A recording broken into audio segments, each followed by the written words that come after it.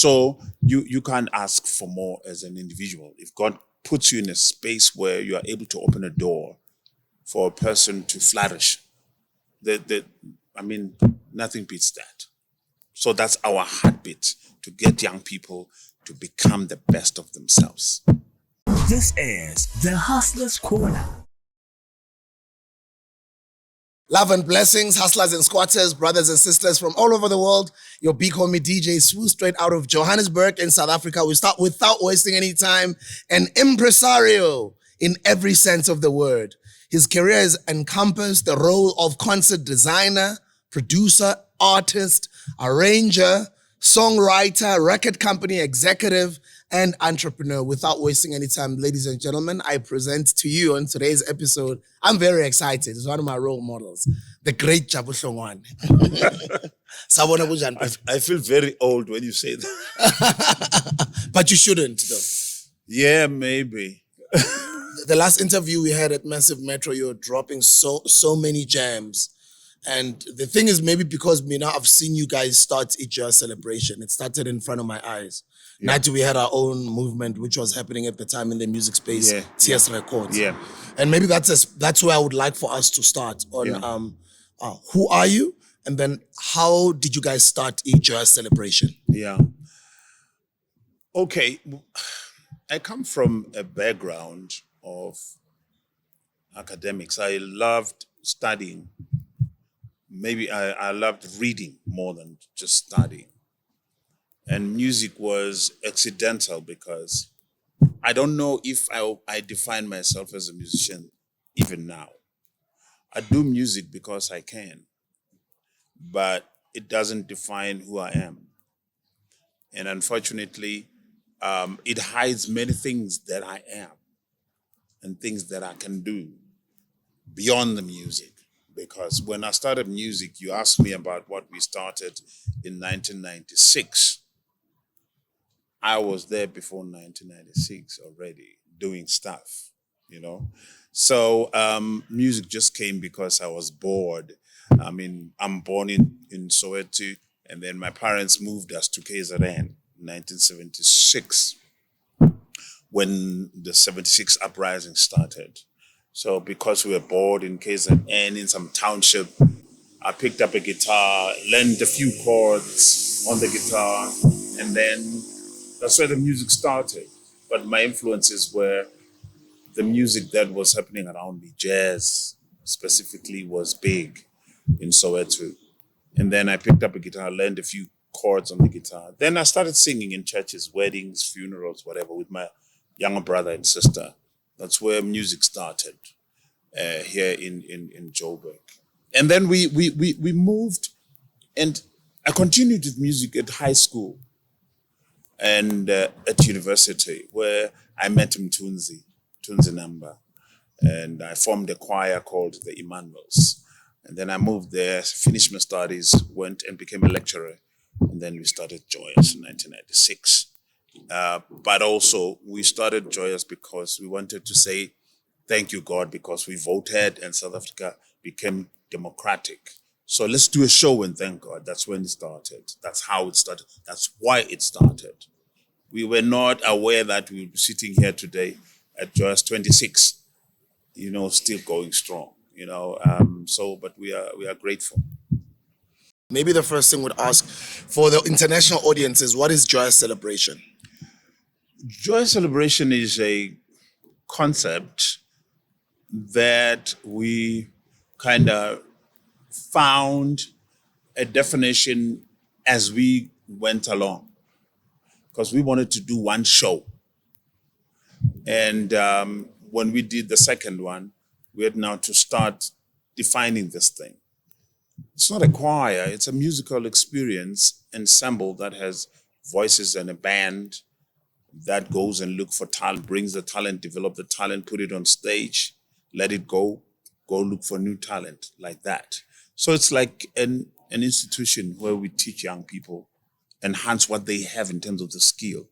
So that we support the skill, make them shine, and let them go. So it's not your normal, regular choir. We're focusing, even though you see this big choir and 10-piece band, individuals what we are focusing on. That we develop individuals, that we are grooming individuals, that we make them shine and then release them to stand on their own. That's basically the concept. That's why then corporate gets in to be part of this. We are called MTN Joy Celebration because of that.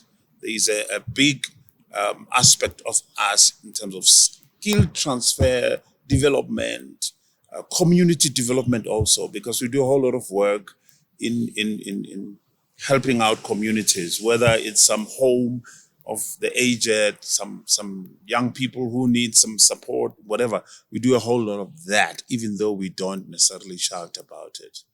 So our thriving and our strength is in young people. You know, when you look at the history, what we have, you have young people who came with nothing, who have houses and cars, husbands and wives. You know, there's a young man who came and said, we say to him after the audition, you must come back tomorrow. He says, I can't come back tomorrow. We're like, why? I don't have money to come back tomorrow. I borrowed money to come here. And the clothes I'm wearing, I borrowed them. So what we did, we put him up at a hotel, go get some new clothes for him, and put him on stage the following day. Yeah? From an audition the previous day? Yes. Yeah. Put him on stage because he had what we're looking for. Okay. Put him on stage the next day. Today he has a career, a wife, a car, and a house. That's amazing. From that.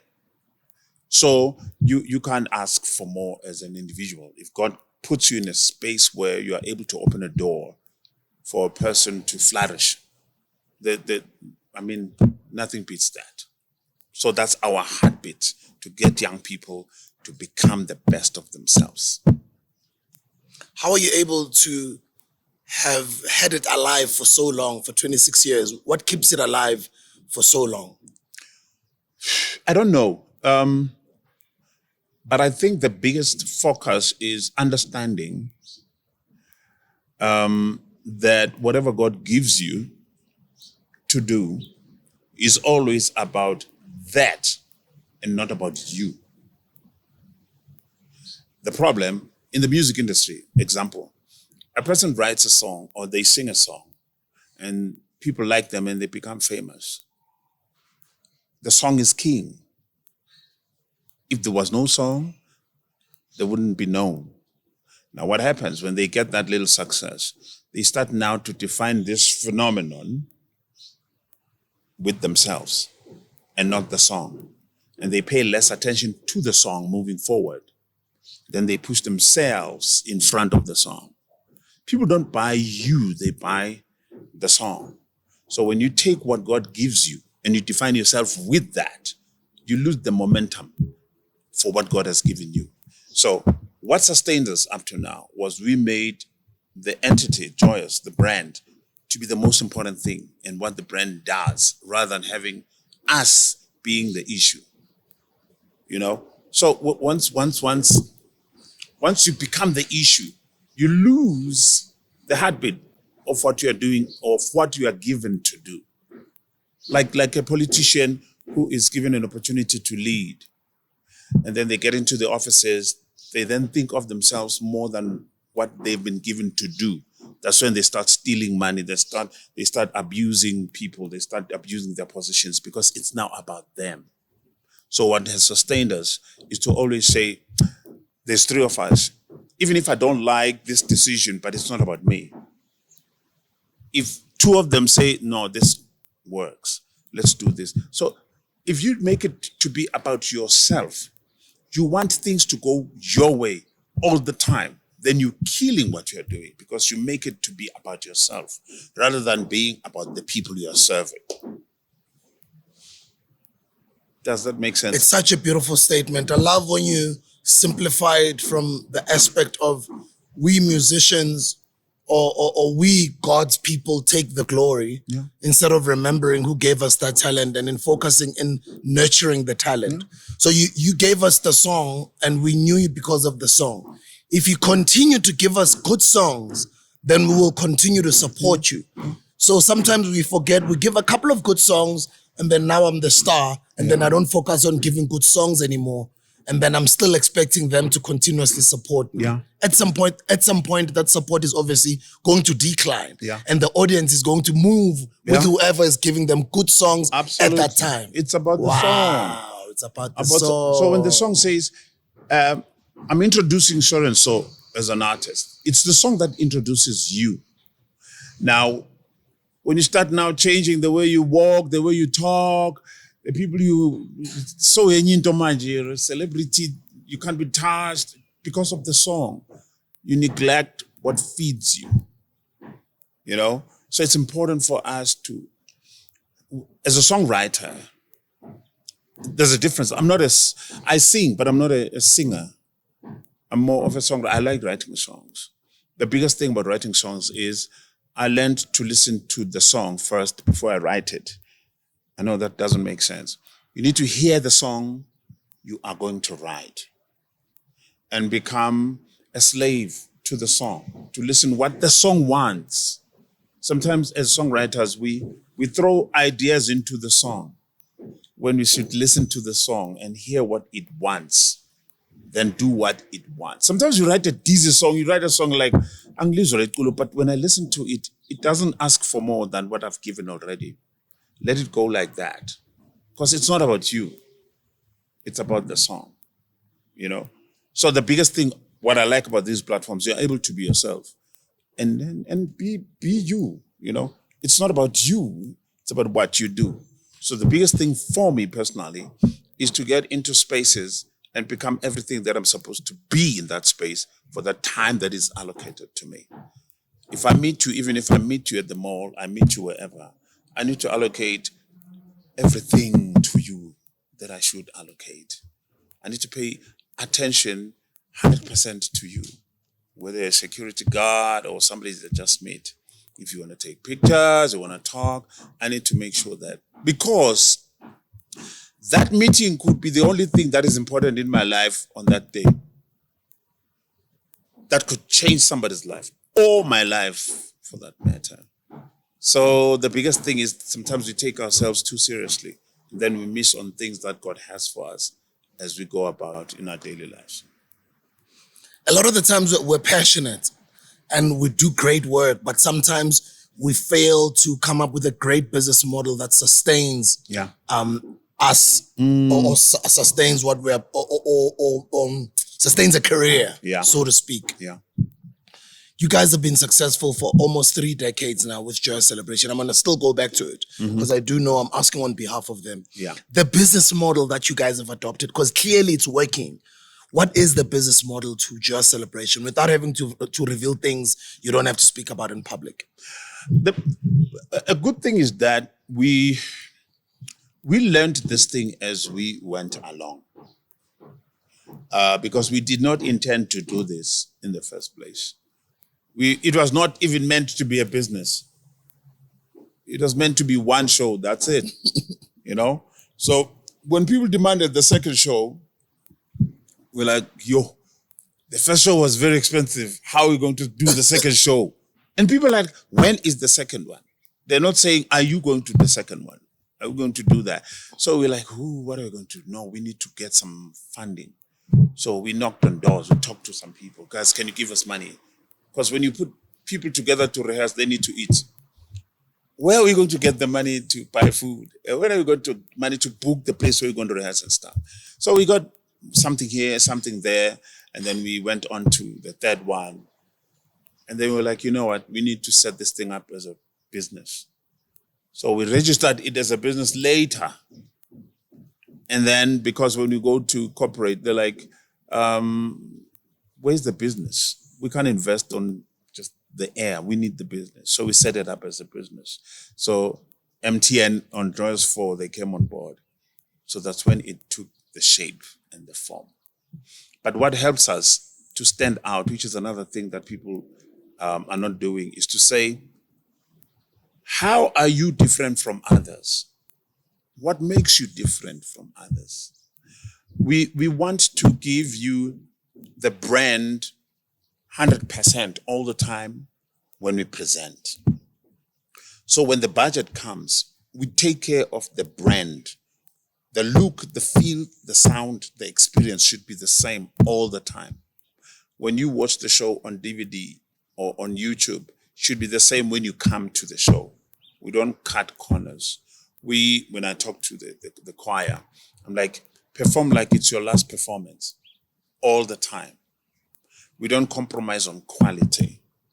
Lighting, sound, stage, presentation, everything, we don't compromise on that. It helps because when people see that, they don't only experience music, they experience quality. Quality is very attractive, you know. Excellence is very attractive. So when people come to the show, they know that they're going to get the best. Whether a person is singing a simple song, even a song that you know, but it is presented differently when it's placed in the context of quality, in terms of the sound, the stage, how you dress, the lights, and the environment that we create. So when money comes in terms of sponsorship, it goes into this quality at all times. Now, the problem with many people is that when money comes in to do the job, it goes into them, which goes to what we talked about. You become the most important thing instead of what you are given to do becoming the most important thing. So you don't compromise on what you... Remember, Martin Luther King was saying at one of his speeches that if you sweep the streets, sweep them so well that when you die, on your grave, it will be written, here lies the greatest street sweeper of them all. Time, yeah. You understand? Yeah. So we subscribe to that, to say, do your best all the time. Because doing your best sometimes is not effective. Do your best at all times. So what does that mean? Your time, your resources, your money, your efforts go into feeding the best of what you're doing. Everything else falls into place. So people come to you because they've seen the best. People are attracted to the best. So we try as much as possible to go to that direction. And how many streams of revenue have you created as the company Joyous Celebration? There are many, because which is a very good question, because an entity or a brand that is positioned appropriately provokes streams that are more than one. I don't know how many, but there are many. There are more than one, because the sales of records, the shows, the merchandise, the streaming. Now we got streaming, we got all kinds of stuff. The songs that are used everywhere in the world, and it's a lot because it helps. I recognize that when I started out in music industry as a solo artist, when I first got my check for songwriting, that blew my mind. First time having a check that is written 100,000 with my name on it. I mean, I was coming from a background of being a lecturer at college. I'd never seen 100,000 in my life. But that's a stream, serious stream. Apart from performance, sales, records, da-da-da-da-da. But as a musician, it's important to know these streams. So our streams are as varied as the market gives, And also the streams are, which is what South African artists should know.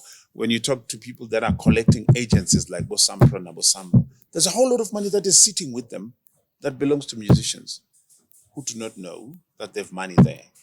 So sometimes it's important for us to not expose necessarily, but to search and find out these monies that your creativity makes. Because people out there, they will grab the opportunity to chow your money if you're not there and you don't know about it. And you must notify your work every time. Yeah. And be up to date. Yeah. If you don't know how, get somebody to help you. Pay them. Get them to help you. It helps. Because a 2 rand there, a 200 rand there, 2,000 there, 5,000 there, it makes a difference. When you get to the end of the month, you get substantial money to carry you. I hear you mention South African Music Organization. Let's start with the first one. What is SAMRO? SAMRO is they're collecting agencies. They collect on behalf of artists. Because when you release a song, your song goes out and is used by different people.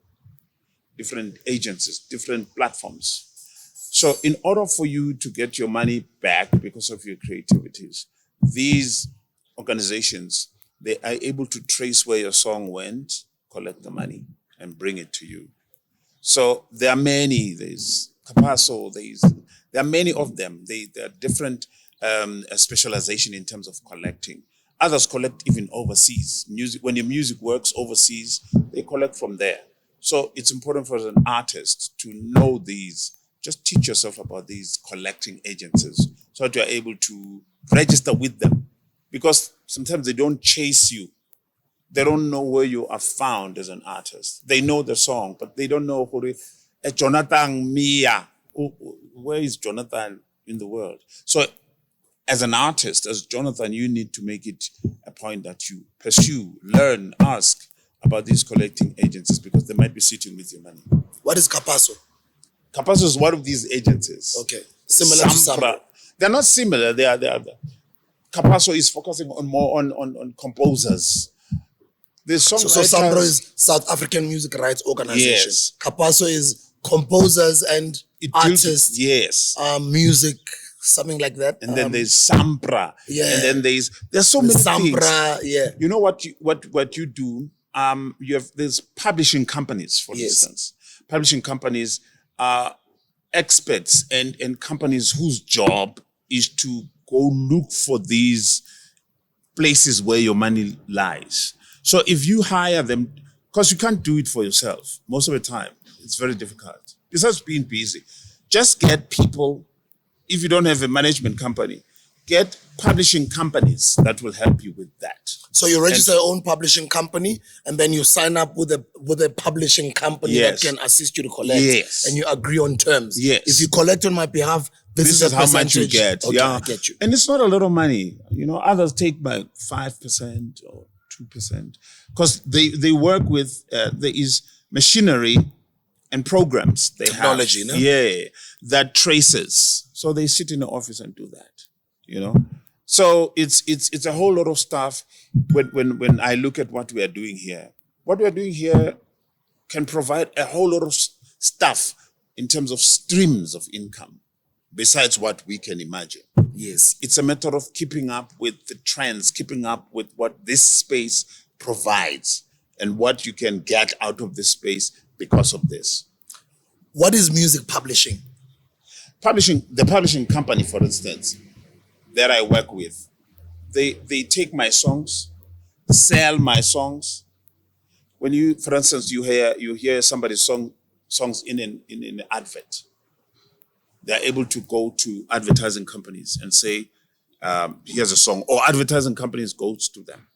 So when your song is played on an advert, they collect money for you. They actually manage your music. They manage your work in terms of how it goes out to make money and brings the money back to you. So there's not one, there's many of them. So it's a matter of searching for one that would work for you. I used to work with one and I left them. I'm working with another one now because of the percentage they give and how they work with me. Because others, they're not too transparent in terms of what is it that they've done.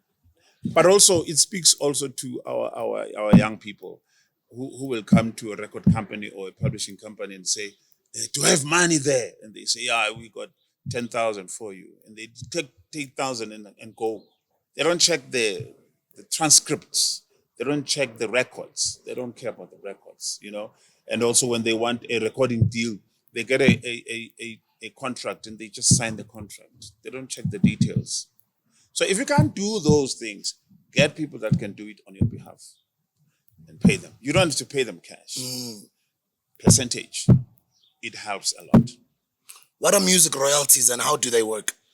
They're different.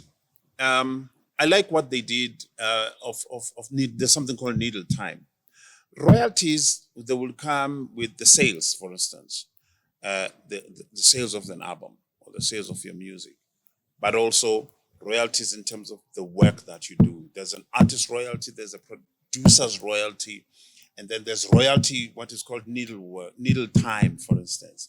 Needle time is when you write a song, but somebody sings the song. the person that sings the song, the voice of a person that sings the song, and the people that played, which means what? I think it's taken from when you play, when you used to play the vinyls, there was a needle there. Yeah, oh When yeah, you there was put a it on needle the there. record, Yeah. what you hear, Yes.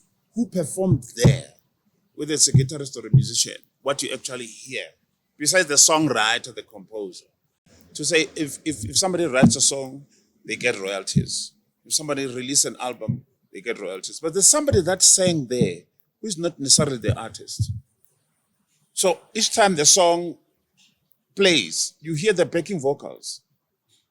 You can't have the artist only benefiting. The backing vocals are heard also. They should get paid. So royalties are basically money that your music makes, that you get on regular basis when your music is played. When radio plays your music, they pay. But they should not pay only the artists. They should pay even the people that were playing, people that were singing, also as backing vocalists and stuff. So royalties is basically a definition of royalties is the money that your music makes. I was listening to I was with one actress in some event in Gqeberha, that when they make a movie or a TV program, whether it's a soapy or whatever, or actually I was in Tanzania watching TV and I see Skim Sam, they are speaking in Tanzanian language, in Swahili. Wow, okay. You know, I'm asking myself, are these actors being paid? Because selling Skim Sam to Tanzanian TV, the actors in South Africa should get paid for that. The royalties. Yes, they should get royalties for that. So it also boils down to the type of deals the actors made, right? yes. From the beginning. Yes. That's Now, why legal is very important every time. it is. South Africa has that issue to say that actors don't get paid that royalty, but production houses get paid. Whoever owns Skim Sam, when they sell it to Tanzanian TV and get it dubbed into Swahili, actors should be paid because the production company gets paid. So their work is shown in another country and played in other countries, they should get paid. So royalties is something like that. So the biggest thing is the deal that you sign. SABC made a lot of these TV programs that are playing all over Africa and in other countries, but people die poor. Last week, I saw one of the actors from Mzinwe Nsizwa. Actually, a video came out on social media where he was begging for help. There's no food. I'm hungry. There's nothing. Please help me with anything. And he has his bank card, Capitec bank card. He says, this is my card. Here are my numbers. Please send me something. One of the most loved in Mzinwe Nsizwa. But his work is shown over and over and over again. He's not getting money from that. So royalties are important because even if you die, your children should always receive money. I was sitting with some record executive at some stage. They say that Brenda Fassie's music is still making more than 4 million per year. No promotion, nothing. Wherever it's playing, money comes in back to Gallo. And they say it's still making money now when she's gone long time ago, which means then Bongani as the son is supposed to get the money without doing anything. That's royalties. So you plant what you do as an artist and you let it go and it brings money to you like perpetually. So it's important for you before you do something, you know what the contract says so that at the end of the day, you're not robbed. Imagine this. If a record company records your music, sells your music, and you pass away, if they make money, let's say they make 10 million per year through your music, and your children will get a percentage of what you signed. So if Gallo makes so much money per year through Brenda's music, whatever Bongani will get will depend on how much she signed in terms of percentage. For example, if it's say let's 4 million, they get 4 million through Brenda's music, and Brenda signed 10%. It means Bongani will get 4%. It means we'll get 10% of that 4 million. And all the money goes to Gala. So it depends on the type of deal that the artist Yes. signs in the beginning. Although when we are still new artists, we are looking for the opportunity. Sometimes we compromise the type of deal we sign. Yeah. And the little do we know the type of, maybe you're telling yourself, it's just only the first 3 albums. And those first 3 albums are the ones that are going to become classics Yes. and deliver work that is going to last forever. Even in your absence. And then you do the wrong deal in the beginning. But then again, wrong deal according to who? I guess you as the musician or you as the creative must seek for the right advice. Yes. So you sign the deal that you think is good for you at that time. Yes. Because I do know that other record labels might offer you what they would call an advance. Yeah. Which will be recoupable from future sales, profits that your music is going to generate. So ultimately it depends on you. Yeah. It's sad because even if sometimes when you go and say, no, I don't want this deal, I want more. They're like, look, dude, nobody knows you, you know? You can go. And then you're forced to say, you know what, because I'm hungry and I don't have money up front to record. You end up signing. And a sad thing about, I was managing one young man, his name is Lesego. Lesego, brilliant singer. I found that he had signed a deal for 9 years. You know, how do you sign for 9 years? And it's a dead deal, but for 9 years, you are owned by these people because in the contract, they say you can't record with anybody else. For 9 years, you need to record with us. So you do 1, 2, 3, you see that there's nothing happening here.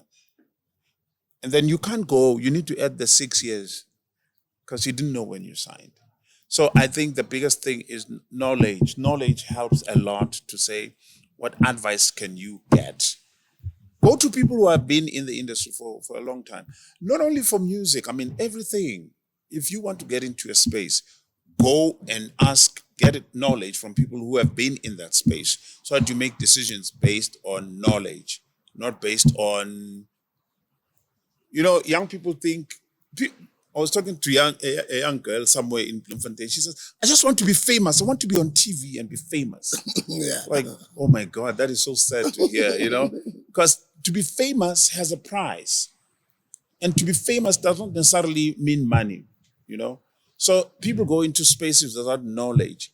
I was talking to there's one boy who killed himself, who was in Skim Sam, I think.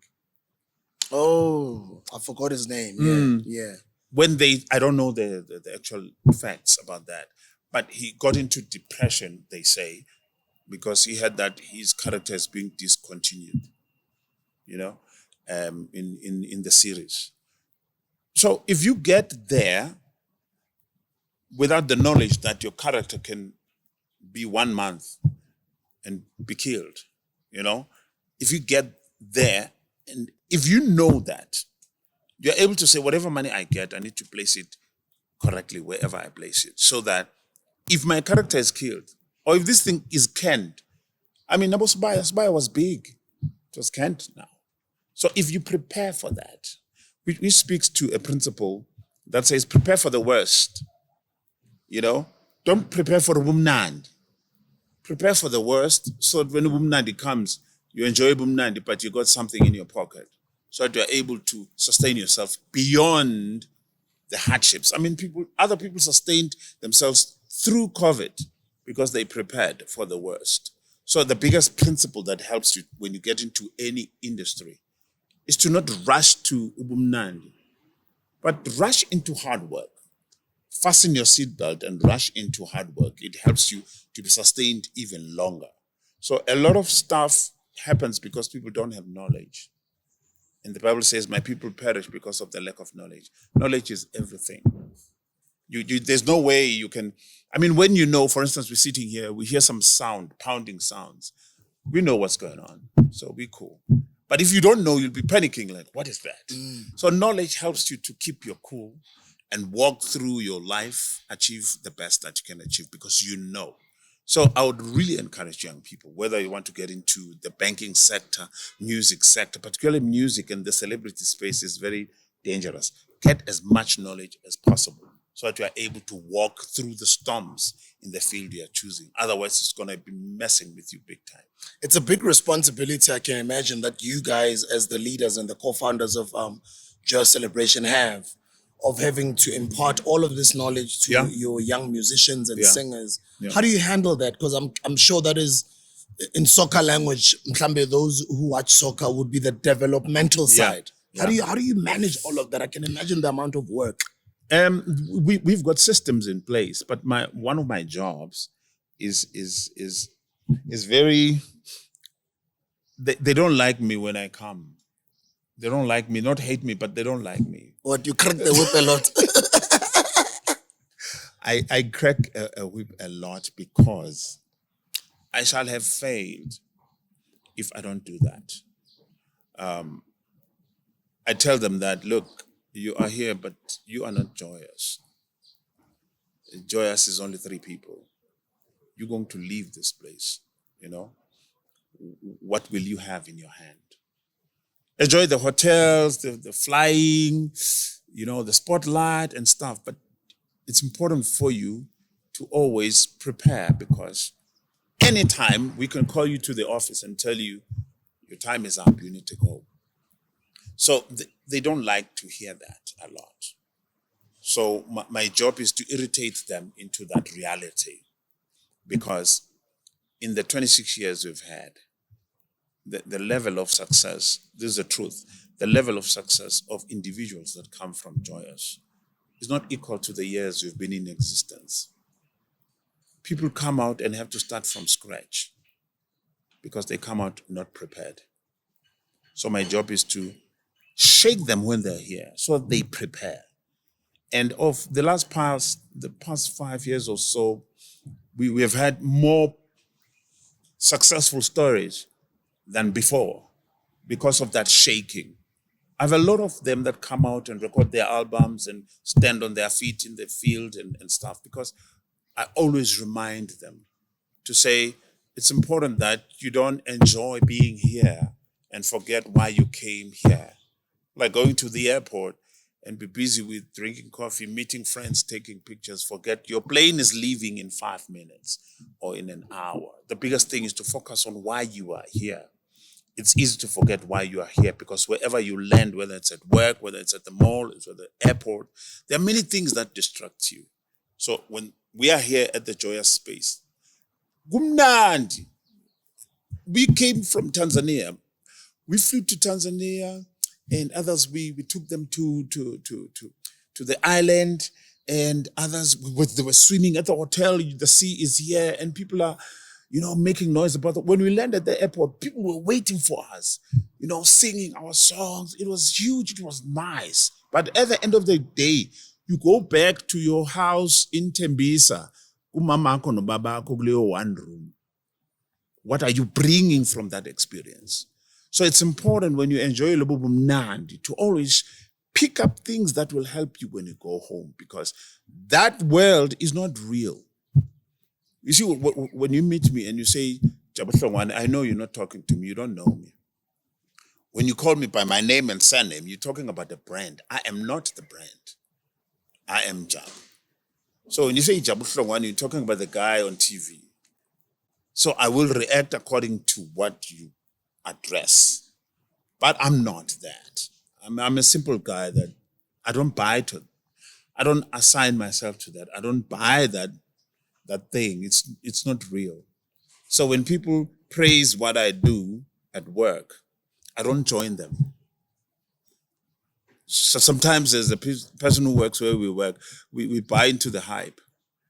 As they say, wow, smoother, and you join them, you look at yourself, you like smoother.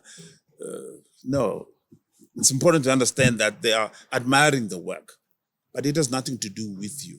So you go back in a sober manner, feed into the work.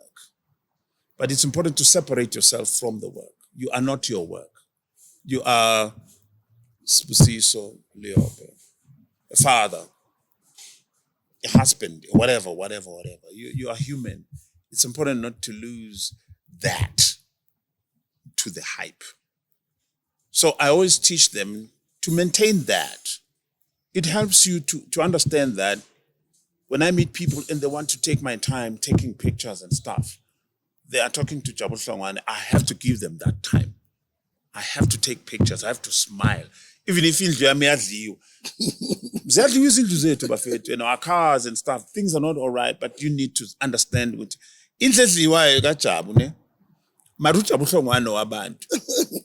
so I need to give them that. Yeah. My family knows this. When I'm with them and people want their time either to talk, to ask, to take pictures, they know by Kayla. And my wife will be like, "Ting and shoot at the camera." She understands. She understands, yeah. So because you need to separate that, it helps you also to sustain the sanity.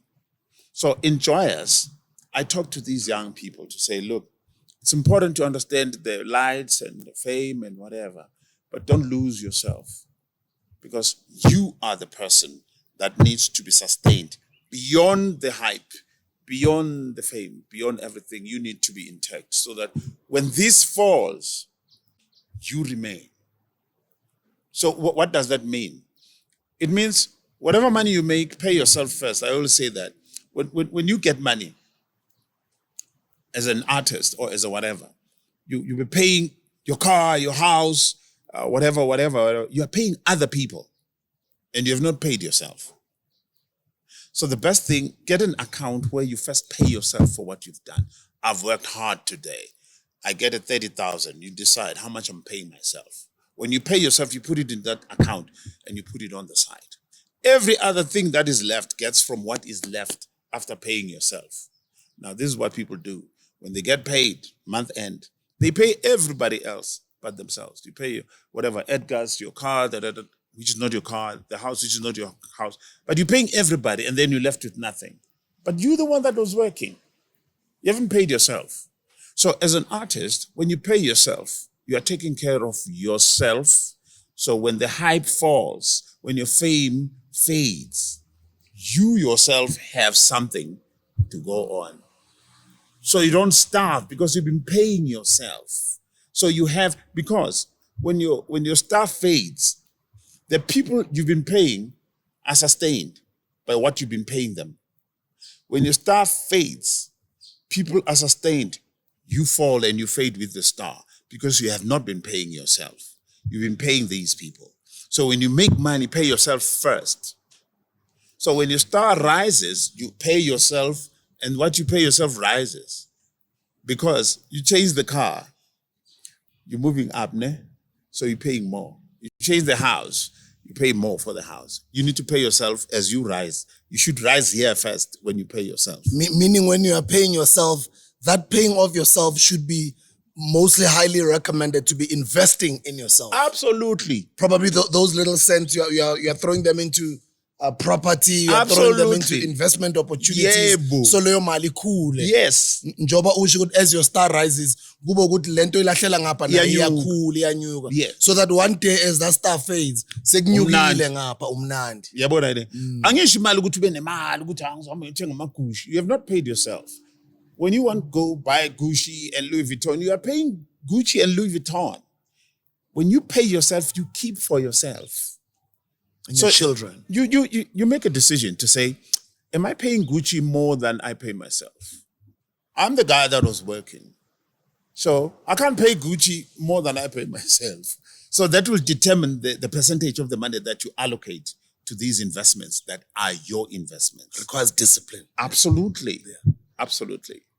So I teach them that, and they don't like it very much because it becomes too serious.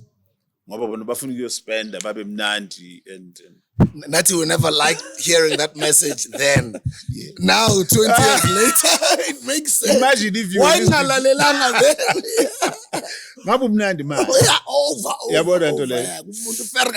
That's it. Yeah. So I don't mind not being liked very much.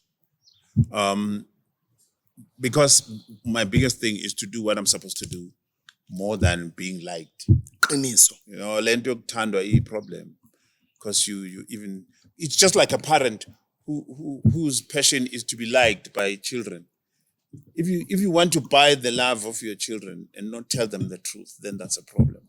One mother was saying there was this thing that happened in the Eastern Cape, And Oh, at the tavern. Yeah, at the tavern. Eish, that was sad. And this woman says, yeah, a 15-year-old girl died there. And the mother says, no, Mina, I thought she went to her boyfriend. I didn't know she went to the tavern. And I'm shocked. I'm like, okay. Because she goes sometimes, number weekend, I go boyfriend, 15-year-old. I'm like shocked. I'm like, is everybody hearing this? That's a minor. You understand?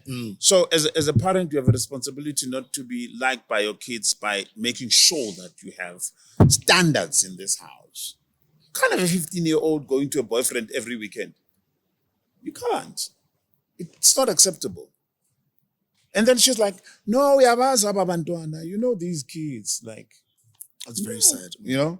So we need as parents, as leaders, to crap the whip as much as possible to bring the reality.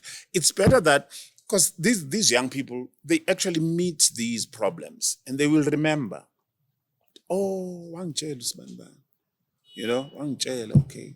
Then they start paying attention, even if sometimes they paid segubhlungu, but they do pay attention to say, hey, maybe I should listen more.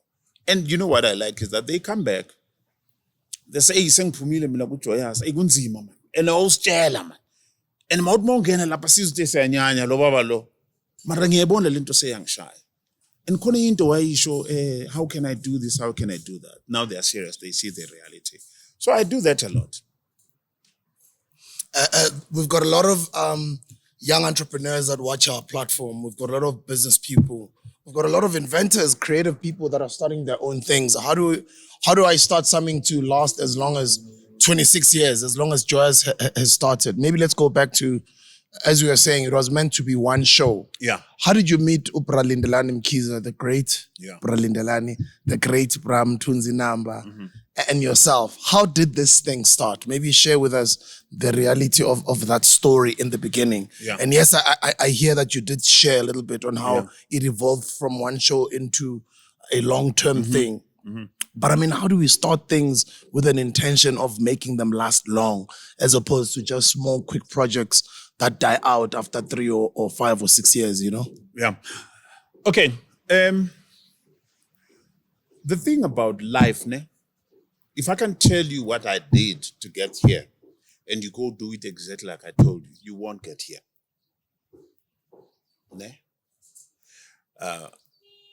Because everybody is different and their paths are different. But there are principles along the way that will help you in whatever direction your life takes. We met as friends. Tunzi had his group, Lindelani had his group, I had my own group. We would meet in shows. Shows, not like shows, it was church gatherings where there was preaching and then there was music. We would be called to come and sing. So after the singing, we would sit and chat. And we would dream about the future. We were young people then. We were like, no, one day you should work together, man. And And Lindelani was employed at Sony years later. I remember he was the CEO at Sony at some point, Yes. He was driving those Sony Summer Sounds events. Yes. I remember those. Yeah. I was one of those young people that used to go to those shows. Yeah. Yes. When he got to Sony, and then Mtunzi went and became a lecturer at Unitra in Transkei. And Lindelani and Mtunzi talked, and Mtunzi was roped in as A&R manager at Sony. So I would come from Eskawini. I was a lecturer at college. I would come. We would sit and say, guys, look, we talked about these things. Oh, you were a lecturer before? Yes. Okay. I was a lecturer at college. So we'd sit and talk and, sometimes they would come to me. We'd sit there and eat amaguinya and talk, That's when we started, because now Lindelani was at the record label. I was a solo artist. Tunzi was a solo artist. We said, you know what? Let's do, because we would do studio work. Sibongile Khumalo is recording, signed by Lindelani. We go to studio, we do backing vocals, Brahu, whoever artist there's a song, And then there was Vicky, Margaret, Stephen, Innocent. There was me. There was a whole lot of people who got together as backing vocals in studio. But I had also my album, named Tunzi had his album, Vicky had an album, Margaret had an album. So we decided, the three of us, to do something called Family Factory. I remember Family Yeah. Factory. Yeah. We're like, okay, because we are family, if we come together and create this entity and have this entity produce, that's the family factory, family that is producing. So we call it Family A Factory. manufacturing factory Yes. of talent. Yeah. So we did one album, which was very successful, and we did another one. And we worked with Ray Chu, who was a music director at Apollo Theater in New York, who was music director also for Idols. Ray Chu is a big name. We didn't know him then. Sonny roped in Ray Chu. I remember we went to Bob Studios, the then Bob Studios. We did some second album. We also worked with Alexis and Eugene Teto, yes, in some of the songs. And then 1994 hit. Nelson Mandela released from, And then we're like, okay, let's bring Family Factory. We call Benjamin Dube, Sharon D, Sibongile Komando. There was Barry Sneyman, the saxophonist. We're like, let's do a bigger thing, call it Joyous Celebration. How did the name come up? We sat down thinking about the name. How are we going to call this? And we're like, we're celebrating South Africa, no, let's call it Joy. And there's Joy of Jazz somewhere. Nah. And then how about Joyous? No, let's put Joyous and Celebration together. It was a name of not a group, but an event. Celebrating joyously, Like, let's just call it that. And we moved away from it, We didn't think much. There was a thought into Family Factory, in terms of formulating the name. But on this one, like, nah, because we'll be celebrating, let's just say Joyous Celebration. Then we did it. And now, 26 years later, we're still here. Going back to your question, everybody is created with a thing in them that they are here for. It's normally one thing, but there are other things that you can do. But there is one thing that you are created for. You can do other things and do them well. But when you have not done the thing that you are created for, you have wasted your existence. This microphone has been created in order to take my voice and transmit it. That's its thing. You can do many things with the microphone, but if it can't do that, it is useless. The glass is to contain liquids. It can be beautiful and have lights and other kinds of stuff. I can hit you and kill you with the glass, use it as a weapon. But its thing is to contain the liquids and have me drink from it. So everything in the world has been created because there was a need for it. If something is created and there's no need for it, no matter how beautiful it looks, it will sit and not sell and not fulfill any purpose. Anything that has been created without a need. Everything has been created to solve a problem. Which means what? Everything has been created into a vacuum.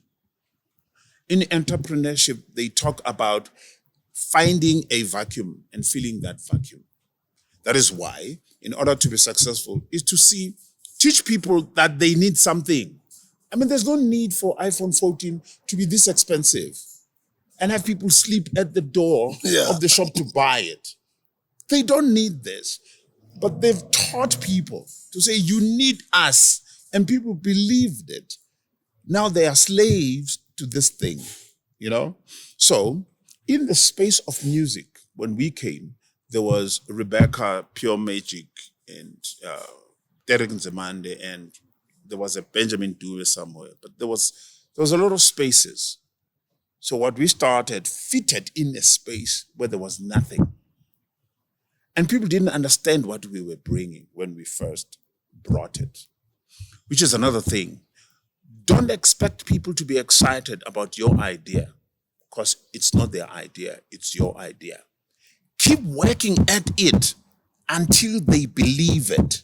You need to believe it to an extent that you will push it consistently and persistently until they see it. It's almost like people are like, let's see if he believes in it. Let's stand back and see.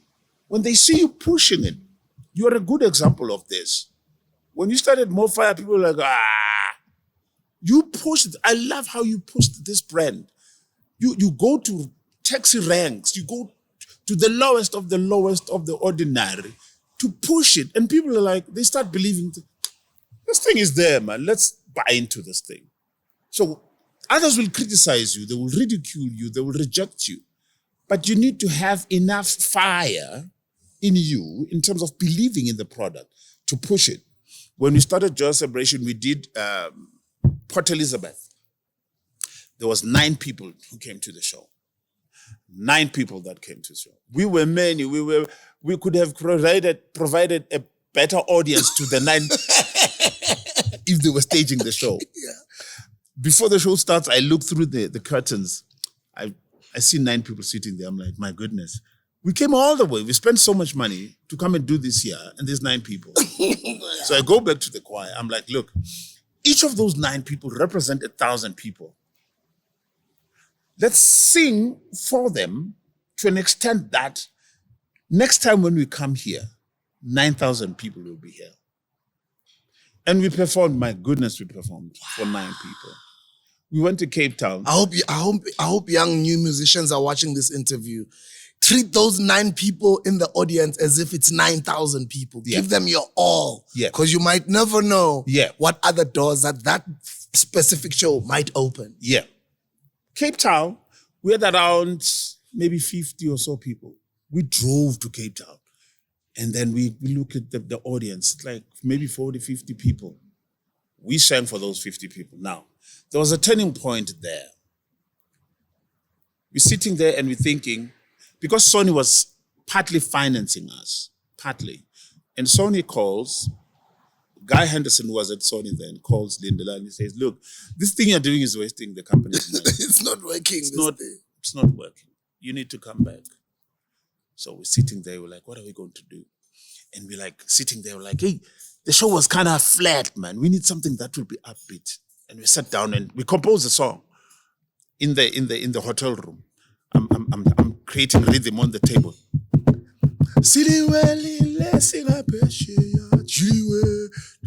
We created that chorus.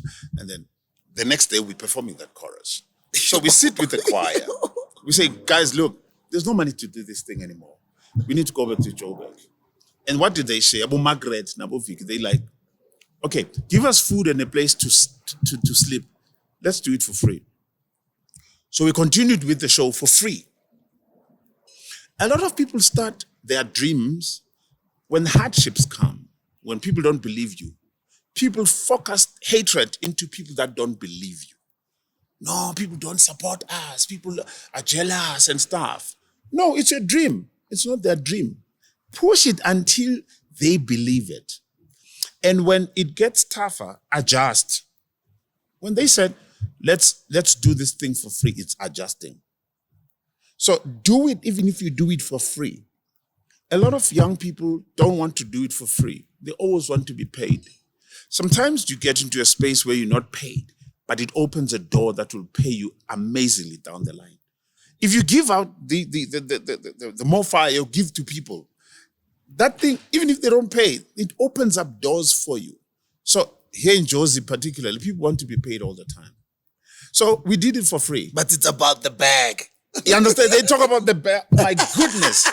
My God. If you chase, this is the thing, if you chase the bag, It runs away. the bag decides where you're going to go. Yeah.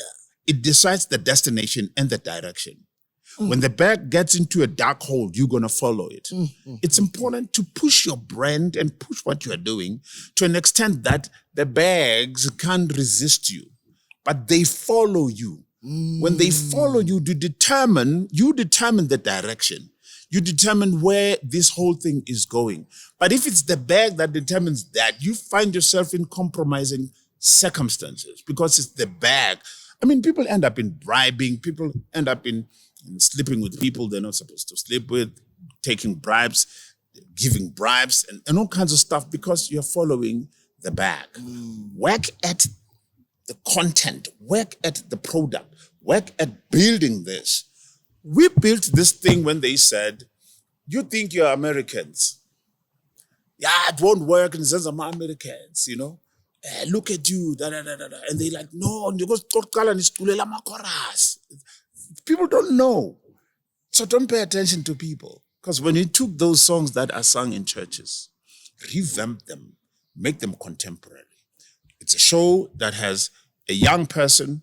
The grandparents know this song when they were growing up. Noyana, Noyana. And this one is coming because of this one. They're bringing this one.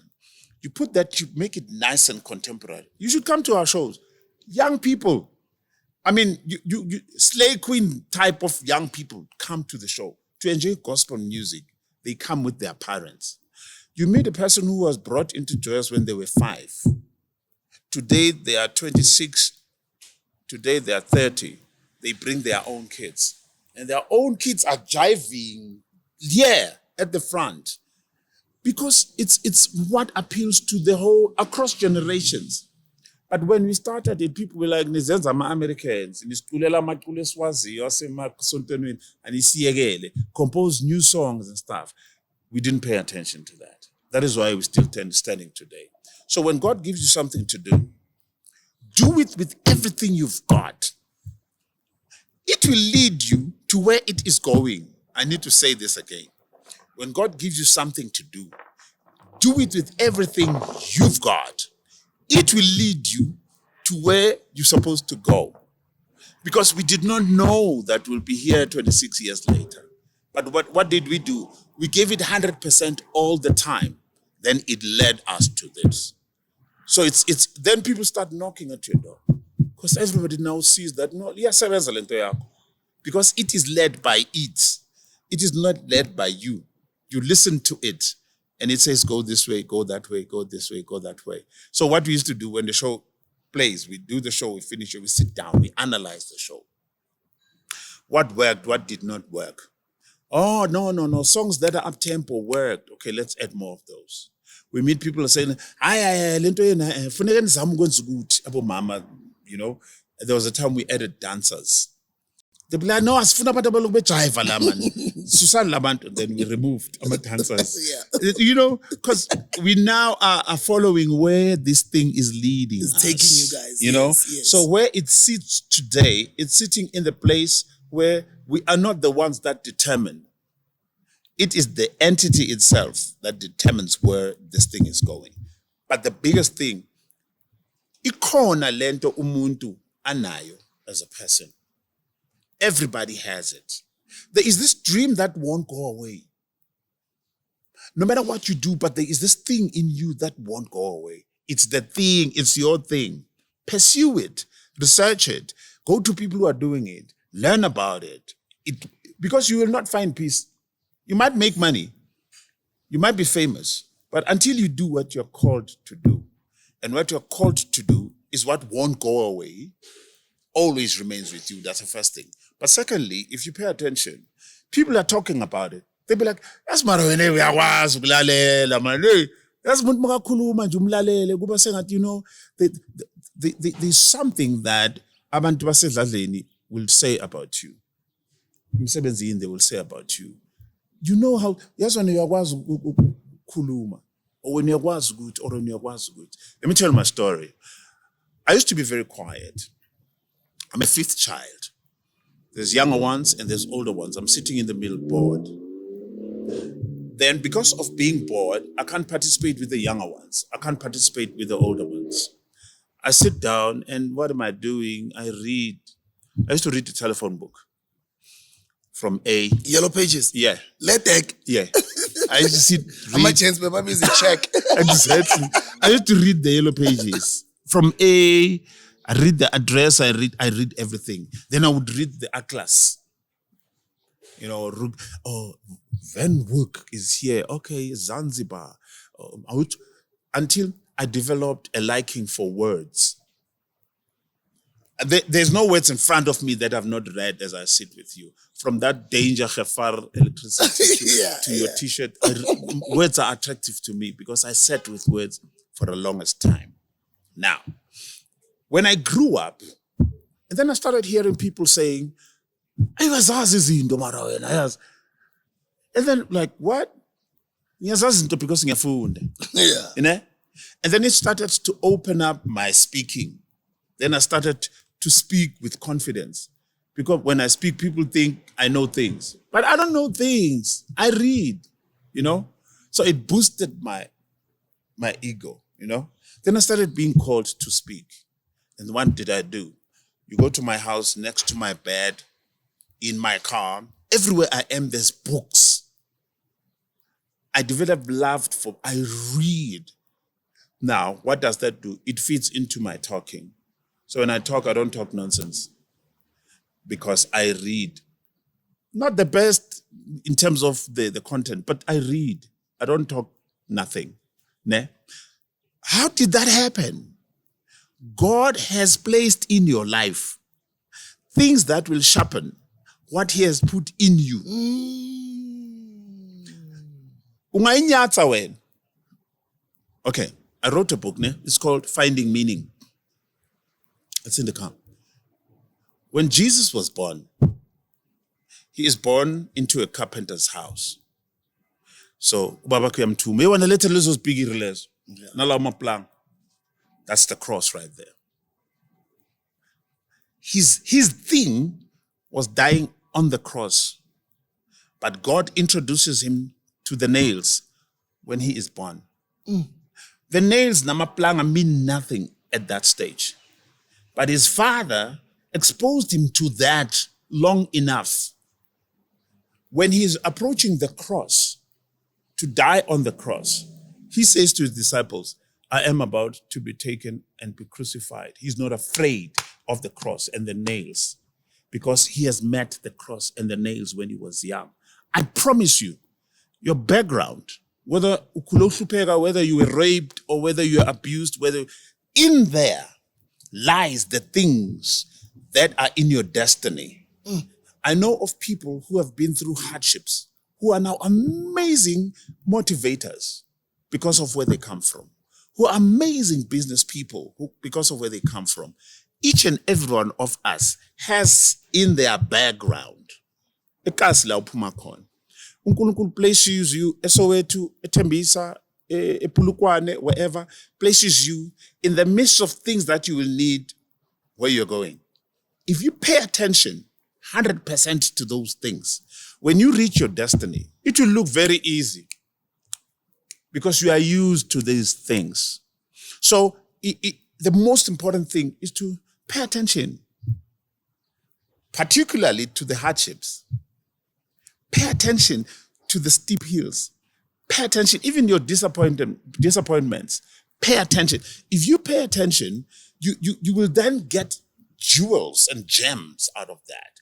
Like the guy I was talking about who started a bank in Zimbabwe when the economy hit rock bottom. Yeah. He started a bank. In the midst of a crisis. Yeah. He saw an opportunity. Don't waste a crisis. Don't waste a fall. When you fall, don't waste that. When you fall, stand up with something. Because when you fall, you're actually going down to pick up something. You understand? Our podcast blew up during the COVID-19. Exactly. Exactly. You know, you picked up something during COVID. You are not unique. I was saying to some guy in Port Elizabeth, I know I'm risking here. Nelson Mandela did nothing special. He sat in jail. That's all he did. This is the thing about timing. When you are positioned at your destiny, correctly at your destiny, you don't have to do anything at all. You can just sit there, you know, because what you are given to do is wrapped up in time. Sometimes time places you in a place where it looks like nothing is happening. All you need to do is to sit and wait. Even if you wait for 27 years. Because the computer, when it downloads into your gadget, the screen becomes blank and it looks like nothing is happening. And you see a writing that says, do not remove from power. Yeah. A person who passes by, they think nothing is happening. Stuff is happening. So for 27 years, Nelson Mandela sitting in jail, God was downloading. When he came out, he was merely broadcasting what was being downloaded for 27 years. That is why when he spoke, people listened. It's alignment with your destiny. Now, the problem is this. When people get into a space of alignment, they see it as a place of failure, a place where nothing is happening, a negative place, an uncomfortable place. So they want to push and come out. When you do that, there's no download that's going to happen because you're removing yourself from the power. So it's important when it's time to sit, because time will come for you to stand up. Now, when you struggle not wanting to sit, when your time to stand up comes, you are tired. You understand? You understand? So, but if what I want to emphasize, everybody has something and everybody qualifies. I was talking to Mam Sana Mkhunu.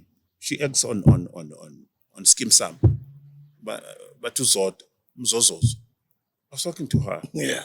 She got into acting when things were the lowest in her life. Winnie Kumalo says, Asambe, Batlali Kasiliwan, Mpelezele. Coming from divorce, 7 kids, nothing to live for, no education. She accompanies Winnie to some audition. And then Winnie says, Nyabuya, Msago Oskid. Mbambeli queue. She stands in the queue for Winnie. Winnie delays. The queue goes closer and closer. And then when they call her to say, come in, she says, I've not come for an audition. I don't know what's going on here. Winnie delays still until a lady from the casting crew says, come in, I want the director to see you. She says, what is this? No, it's an audition. What is that? Yeah. Nah, come in. She goes in, she stands in front of the directors. And the directors say, this is what we're looking for. Wow. She says, what? But have you acted before? She says, no. I got a script, I got nix. And then she is busy trying to tell them, look, I am not come for this. And then she does this. Mina, we know what you ask. And she's explaining what they see, Bona, is a person. That's the audition. This is what we're looking that's for. The audition, yeah. She got the part. And she's being herself. Exactly.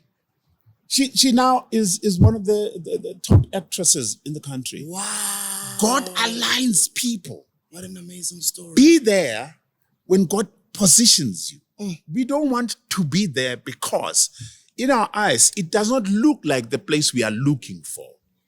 We want a place to look like what we have in our mind. God will position you. I promise you. Sometimes God will position you and make you meet somebody. When you look at that person, they have nothing for you.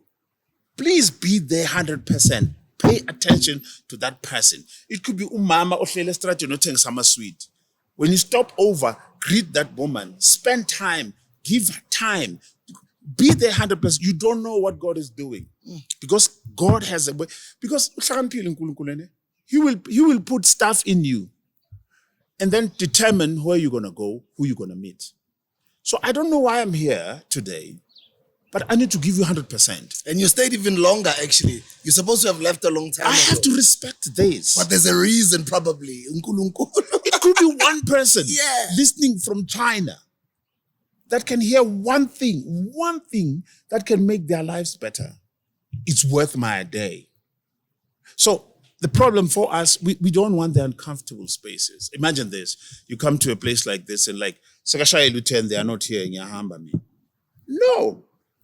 Sit in the space. So being there 100% means even when things shut down 100%. Because God is downloading something. Many ideas came out of shutdowns. I remember when I came to Joburg, I did not know where to sleep. In 2000, I drove to Joburg because I knew that I'm a lecturer at college, but I don't want this. There's something I'm looking for that is more than this. Told my wife I'm resigning. I'm going to Joburg. So I drove halfway. I'm like, ooh, where am I going to sleep? I didn't know. So I called a guy that I had seen at SABC. I'm like, where are you? He says in his house. I'm around. So I go there. I ngihlala phansi sibheke TV yeah, no, sharp 9 o'clock, 10 o'clock, 11 o'clock. I know he's looking at me like, when is this guy leaving? We're not even friends. Yeah. You know? 11 o'clock. And he says, look, hey man, ngiyayithanda le sibhekile ngisayibuka yabo ma 11. He says, ngiyazela mina ndoda uzongitshela masohamba. 12 o'clock, cima TV ngiyalala la esofa. 8 months, I was sleeping at that couch. Sure. A 2-seater. Mood demeanors like this. I was sleeping there. Until I had to confess to the guy, look, I don't have a place to sleep. I've come here to try and work in the industry. So I'm still looking for a place. So I slept there. While I was sleeping, that's a thing. That could have been my lowest. That's uncomfortable. I'm a lecturer. I could be saying, I'm a degree, no. I don't have a place to stay. I don't have a plan. I have nothing, gentlemen. Sleeping on the couch. Winter time. That's where the things were cooked. I'm thinking, when am I going to wake up? When I wake up, I need to go talk to so-and-so. What am I going to do with this? I'm thinking things are being birthed. That's where my formal career started. That's where Joyous was started. No, I need to go and talk about this. We need to talk about these things are cooked there. Kuleyo sofa leyo yasemzini yabantu kubanda ebusuku and stuff. So a lot of people want to know where they are going all the time. What you need, the GPS is on the inside. It's not on the outside, you know? So it's important to listen to the GPS on this. Urban stress are people who don't listen to their bodies. They are chasing the things on the outside. And the body says, you need to rest. You know, they're working too hard, they're not listening. My biggest thing was to listen. That's why luckily I have a character that is quiet. I take time to sit at the coffee shop and drink coffee and just do nothing. Even at home Live sometimes. in the moment. I live from me, from the inside. Sometimes I switch on TVs, switch off the volume, and just look at the pictures. Because this has to be quiet in order for this to speak and be heard. A lot of times we don't hear what speaks on the inside because we are busy with the noise on the outside. It's worse now with the social media because information comes at us. So when it comes, it floods us. We lose direction because we're following all these voices that are speaking. So quiet time is very important. Those quiet times for me were the times where my career was built. There were no bookings, no performances and stuff. That's where I wrote most of my songs because there was nothing to do.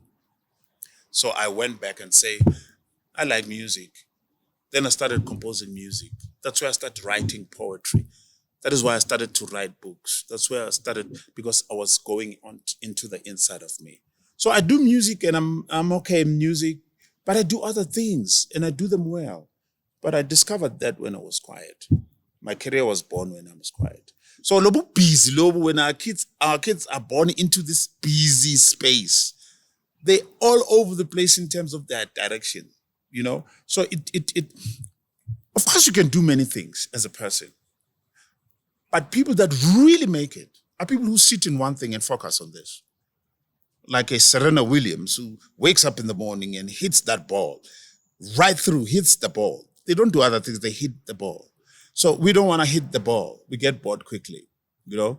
So it's important for us to know our ball so that we can hit our ball. A whole lot of people don't know their ball. They don't know their thing. So they can't feed into their thing. So whatever they produce into the world is half-cooked because something they stumbled upon and tried it and they saw that it's not gaining traction. They leave it, they go try something else.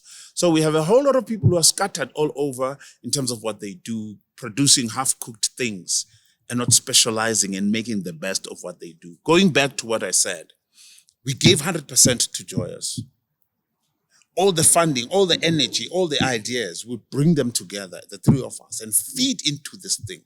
That is why this thing stood for all these years. No half-cooked things were given into this thing. So it's very important to be, you choose, do you want to be a specialist to an extent that everybody, when they look for somebody in terms of podcast, they don't doubt it. They are looking for you. You know? That when you say podcast, they know you. Bakhona banye, but there's this guy. You understand? But this is the thing. You need to know what is it. that makes you unique.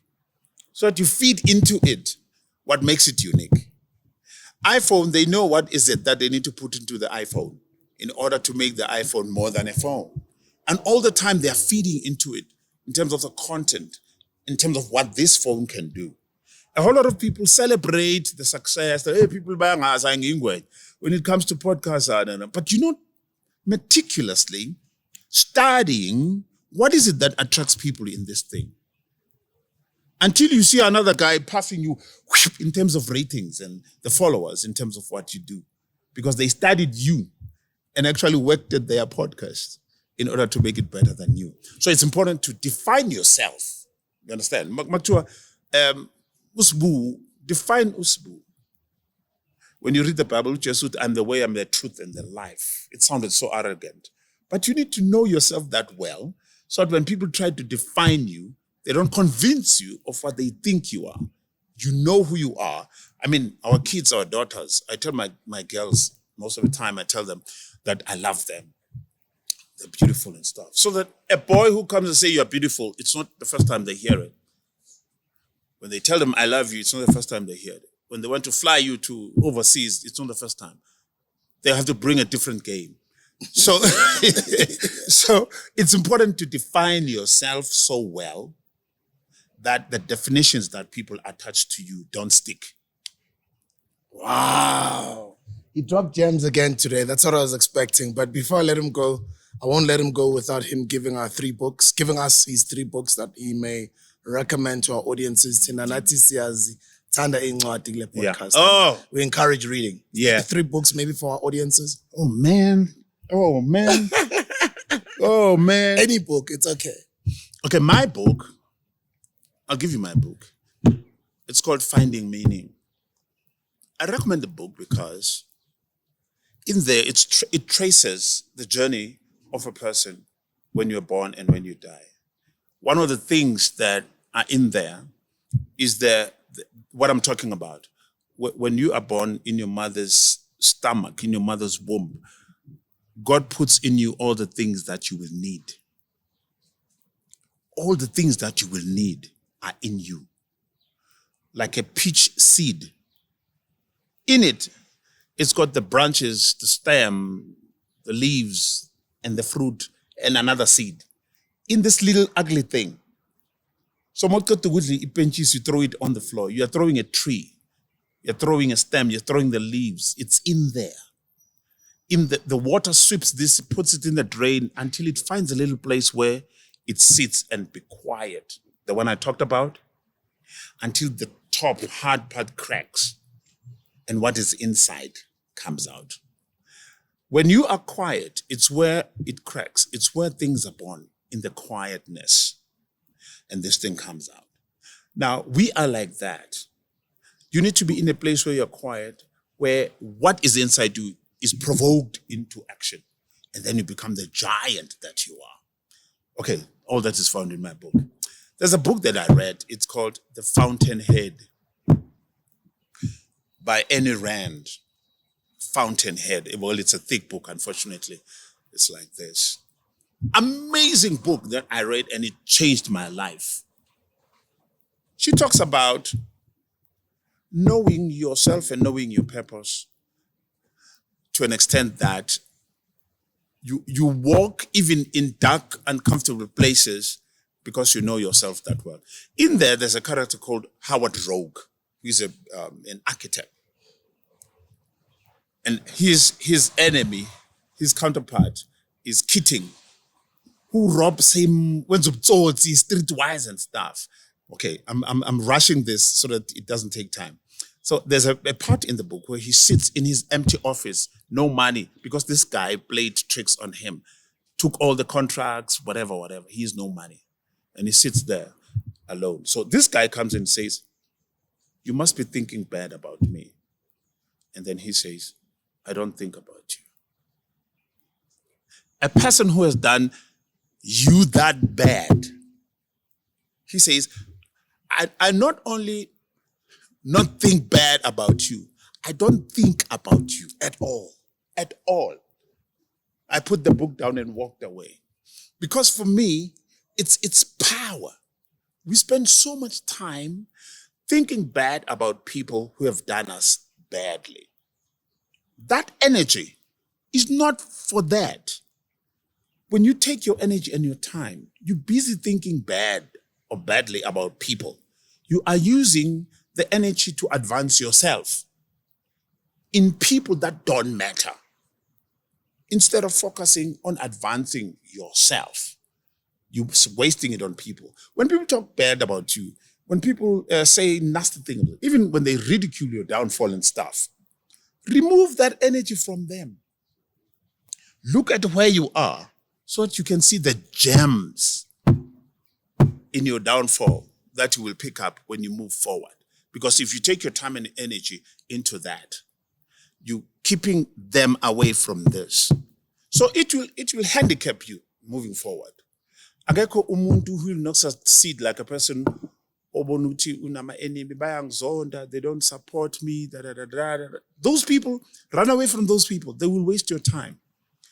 If they talk bad about you, they discourage you, they ridicule you, forget.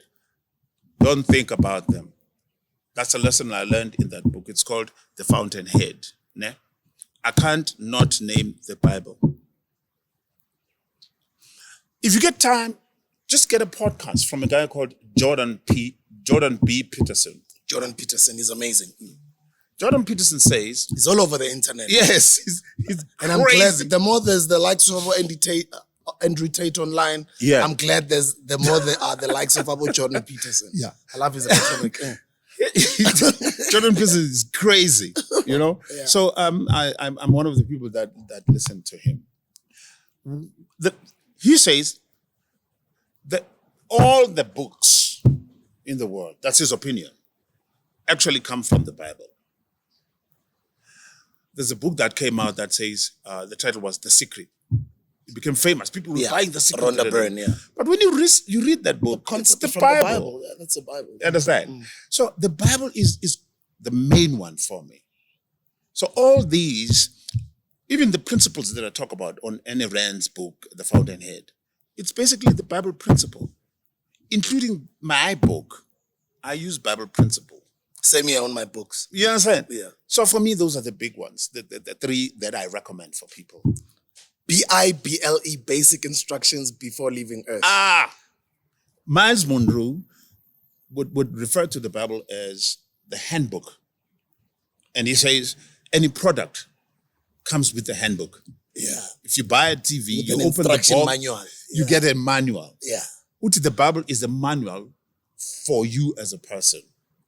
And if you read it like a manual, you will understand how God, what is funny, what he says, they put the manual on top of the product. So a person has a manual. You start there before you live your life. Now there's this thing of men, of just putting the thing, you buy a TV, you put it on the plug, you switch on, you go to the manual when it's not working. We are like that as people. Like so they call it troubleshooting. Yeah. We troubleshoot our lives all the time.